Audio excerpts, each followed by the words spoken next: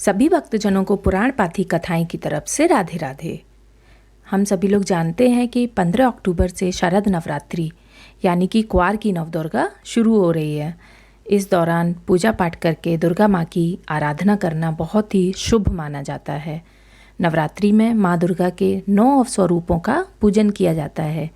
तो आइए जानते हैं कि माँ को उनके स्वरूप के हिसाब से किन चीज़ों का भोग लगाना चाहिए। इन 9 दिनों में हमें माता के 9 स्वरूप के हिसाब से अलग अलग भोजन लगाना चाहिए। नवरात्रि का पहला दिन देवी शैलपुत्री को समर्पित होता है। जब देवी सती के रूप में आत्मदाह के बाद माता पार्वती ने भगवान हिमालय की बेटी के रूप में जन्म लिया। संस्कृत में शैल का अर्थ पर्वत होता है, इसीलिए ही उनको पर्वत की पुत्री अर्थात शैलपुत्री के नाम से जाना जाता है। माँ शैलपुत्री का आशीर्वाद पाने के लिए इस दिन हमें माता को देसी घी का भोग लगाना चाहिए। अब दूसरी नवरात्रि के दिन देवी ब्रह्मचारिणी को समर्पित है। इस रूप में देवी पार्वती एक महान सती थी और उनके अविवाहित रूप को देवी ब्रह्मचारिणी के रूप में पूजा जाता है। देवी के गुणों को मूर्त रूप देने के लिए उन्हें चीनी का प्रसाद चढ़ाए जाने का विधान है। नवरात्रि का तीसरा दिन देवी चंद्रघंटा को समर्पित है। देवी चंद्रघंटा माता पार्वती का विवाहित रूप है।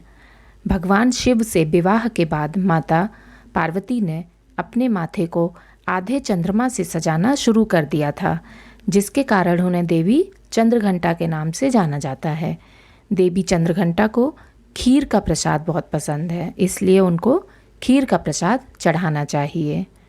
नवरात्रि के चौथे दिन देवी कूष्मांडा की पूजा की जाती है। कूष्मांडा वह देवी हैं जिनमें सूर्य के अंदर निवास करने की शक्ति और क्षमता है। वह अपने भक्तों के जीवन से अंधकार दूर करती हैं और उन्हें धन और स्वास्थ्य प्रदान करती हैं। देवी कूष्मांडा को मालपुए का प्रसाद चढ़ाना चाहिए। नवरात्रि के 5वें दिन देवी स्कंद माता की पूजा की जाती है। जब देवी भगवान स्कंद यानी कि भगवान कार्तिकेय जी की माता बनी तो माता पार्वती देवी स्कंद माता के रूप में जानी गईं। इस दौरान माता को केले का प्रसाद चढ़ाना चाहिए। नवरात्रि के 6ठे दिन देवी कात्यायनी की पूजा की जाती है।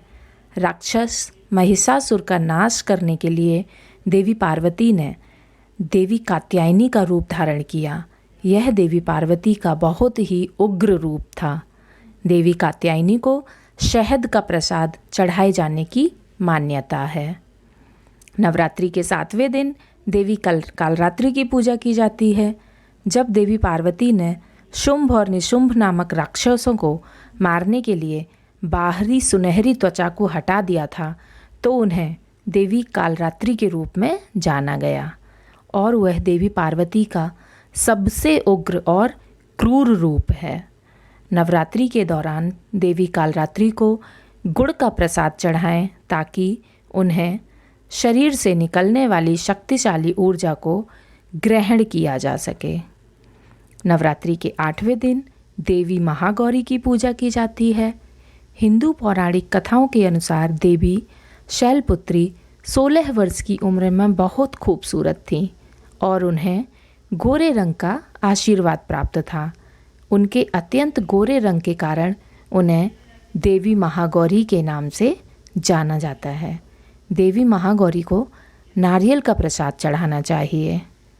नवरात्रि के 9वें दिन देवी सिद्धिदात्री की पूजा की जाती है।